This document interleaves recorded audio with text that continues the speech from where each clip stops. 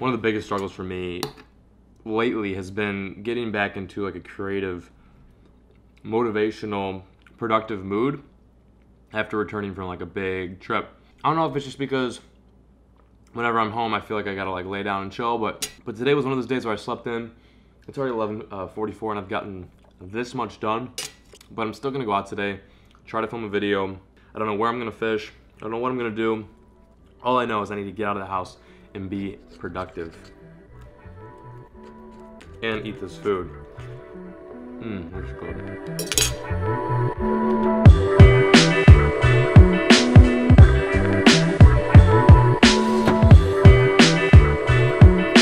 Okay, so I've got two rods with me today, a casting 7'3" and a fly rod, which I believe is a 6 weight 9 foot. So I'm gonna do a little bit of popper fishing, a little bit of jig fishing. I'm gonna get prepped up right now and try to find some bass.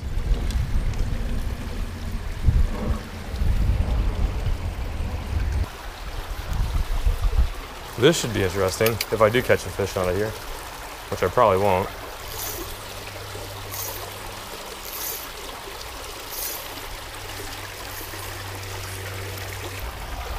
I'm gonna move in on this spot a little bit.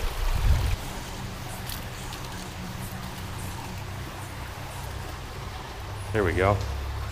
There we go. Oh, I got him! I got him! What is it? What is it? It's a little bass! You gotta be kidding me. Well, folks, this week on Fishing the West, we catch small largemouth out of literally, I'm pretty sure that is 3 inches of water. World's smallest bass challenge accomplished. All right, cue the epic slow-mo release.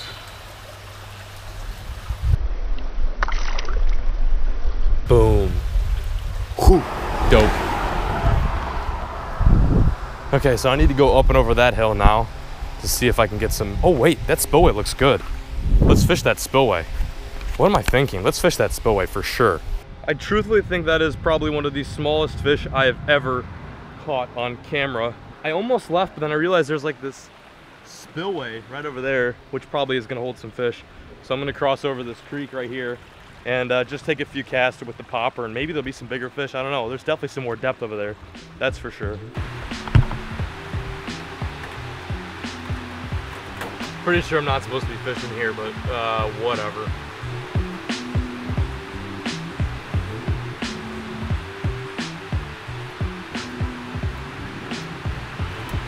Well, in case you're wondering, I do still suck at fly fishing. So this is the lake. Well, I'm tired. This is usually where I catch a lot of my fish. Not down there. That was the first time I ever fished down there. It's got good bass, good smallmouth.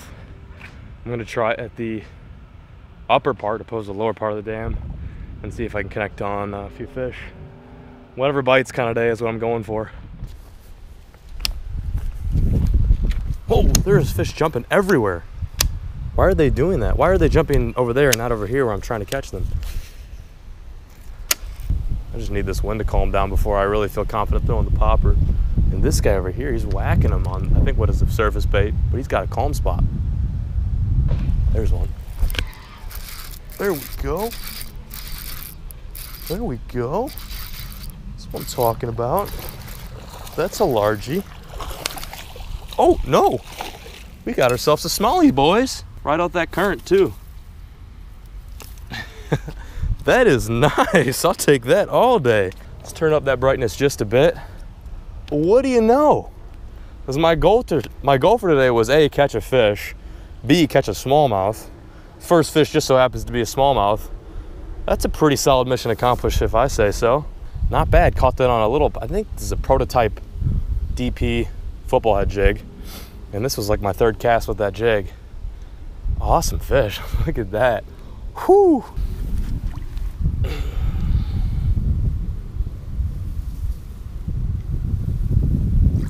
There he goes. Okay, so that little dude came on a really simple rig up that I like to use this time of year. That being a football head jig with a little crawl trailer. But it's a very simplistic style of fishing this time of year. Jig, everybody knows, works year round, but it's one of my favorite tactics to throw this time of year, especially since, you know, water gets hot.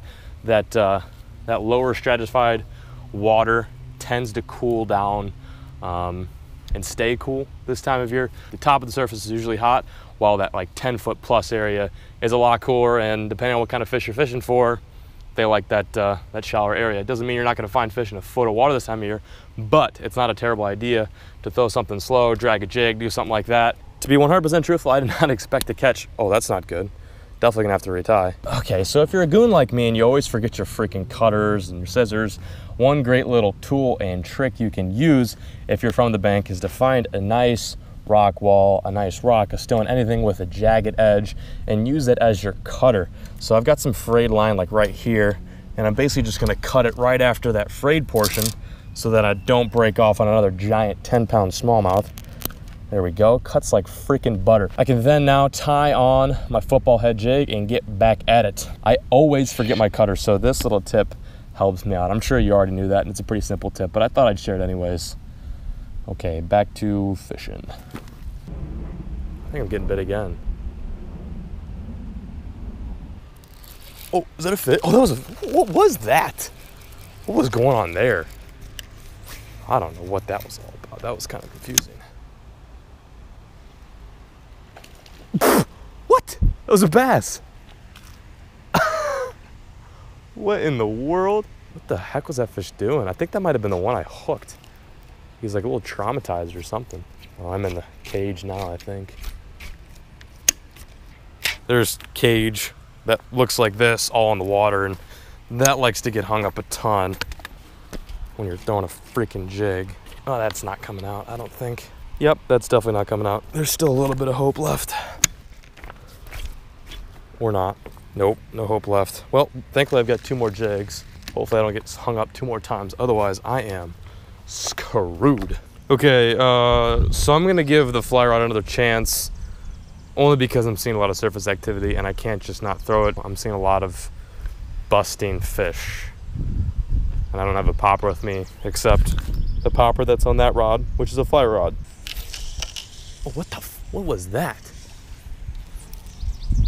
I gotta catch whatever that was. That was so weird. It was like a little catfish or something.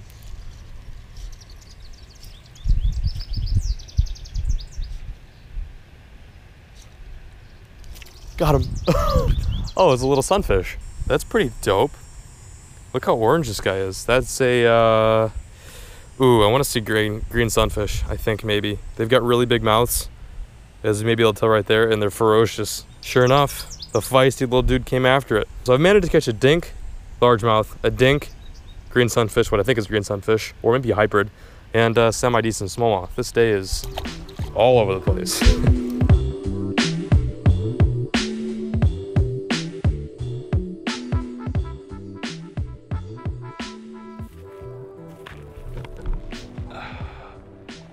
Just broke off on my last jig, so I'm gonna go try the river. Coming here wasn't like a total failure. I ended up catching a decent smallmouth. I just think the problem is there's a bunch of green-blue algae, and I'll show you what it looks like right here.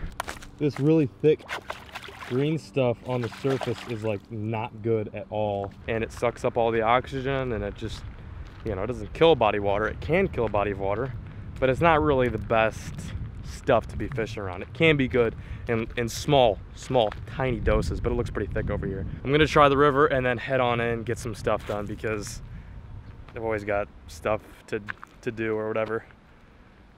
I'd rather be fishing though, of course. I'd always rather be fishing. So right now I'm actually fishing the spot that I filmed my one video at, I think the creek smallmouth or the river smallmouth video where I got kicked out of Cabela's or whatever. I hate doubling up on locations in some videos, but the thing is there's really not that many places to fish unless you want to travel, and I don't have a whole lot of time today, so I'm gonna hit this up, try a little bit different technique opposed to throwing a jerkbait, hopefully get you a few smallmouth. I just saw 2 guys fishing here, so I have a feeling this spot gets pretty pounded. Whatever, let's give it a go.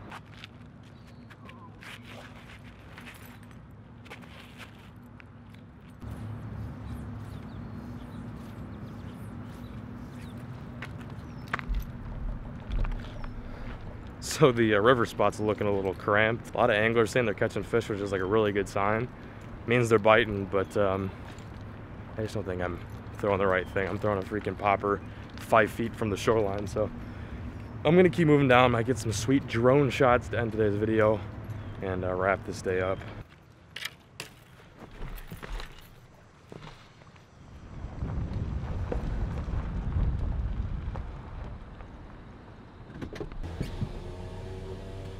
So I really haven't done too much drone stuff as of recently. I feel like this much sunlight left, so I just want to kind of, you know, get back in the swing of things. I love flying the drone, whether I be recording or not. I don't know, it's just like fun.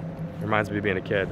So, oh my God, I got a beautiful sunset, so I'm gonna get on that like here in 5 seconds. Okay, here's the drone shot.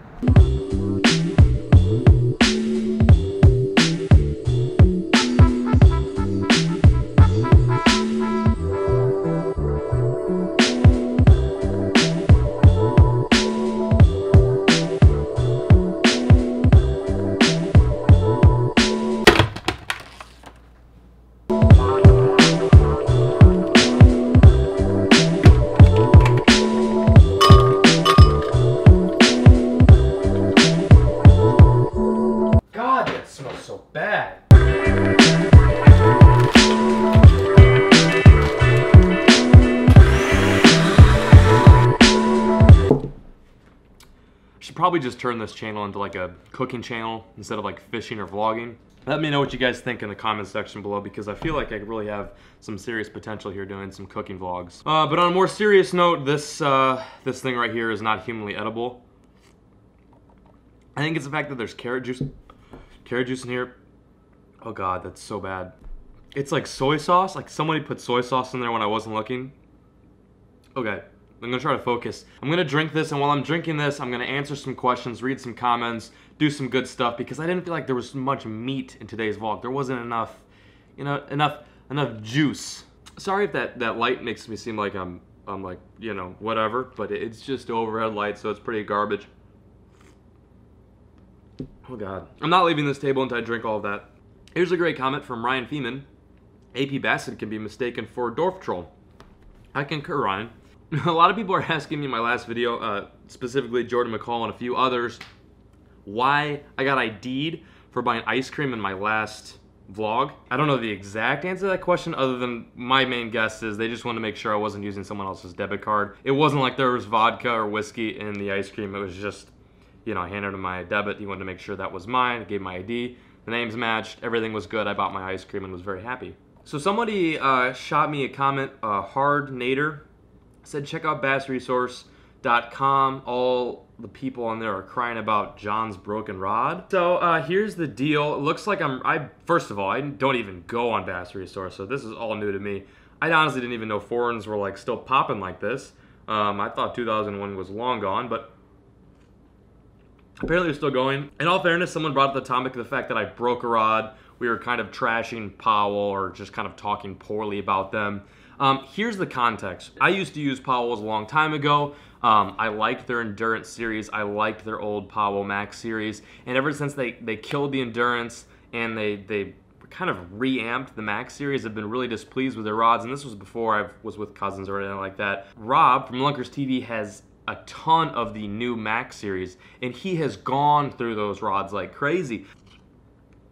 I don't think it was the tree, and if it was the tree hitting the rod, that's ridiculous, because that was just, I mean, I was there. It was like it hit a branch and that was it. It happens all the time. So basically someone is saying we bashed Powell too hard in this video, which is fine, but you know, freedom of speech. I really believe that my videos are a way to express how I feel, my mood, whether it be I'm in a bad mood or a good mood. I generally feel like I'm in a better mood than most times, but it was like annoying, and it was not the first cast with that rod. It took like 3 other casts beforehand. I wasn't necessarily trying to speak for everyone, and that may seem how it came out. Like I wasn't saying don't buy Powell rods. What I was saying is I don't like Powell rods. I'm not trying to defend myself here. I'm just trying to explain the situation. There's some people who bring up some pretty valid points here that are against my mindset as to why I did what I did. Whatever, that's that. I'm just reading these comments, they're pretty interesting. What other good stuff do we have here? Colin Covington said, my brother said you suck at fishing. And then below that he said, you suck at fishing, my brother said. Thanks, Colin, for the support. I will keep that in mind when I go to bed tonight and I tuck myself in. Some really positive stuff. I know I'm reading off some kind of like lame things here, but seriously, I gotta commend all the people that are stopping by to leave just grade A feedback. I appreciate it. Another question, I can't find it, but I've been seeing it a ton, is where are the Canada videos? The Canada videos are coming. They will not be edited by myself or Peric. They were filmed by a production company called Badfish TV, a smaller production company that mainly focuses on saltwater fishing. Estimated time of arrival is unknown. I don't know when they're gonna start editing it. I don't even know if I should be talking about this to you guys, but I'm really excited for that stuff to come out and to share with you all. Oh God. That was a chunky one. Yeah, so that's about it, folks. I know I always start these Q&As saying I'm gonna answer a bunch of questions, but I think I only answered one or two. May edit out a few, so it may just be one question. How about this? You guys asked me some really good questions, some interesting stuff, some fishing related stuff, but other things that probably would be a little more interesting to answer where it's not like a one-line answer. Comment that stuff in the comment section below and I'll answer it in my next video. Give me questions, give me stuff that I can, you know, that I can kind of play around with in the next FTMW vlog or video, whatever it may be. I don't think I can finish this.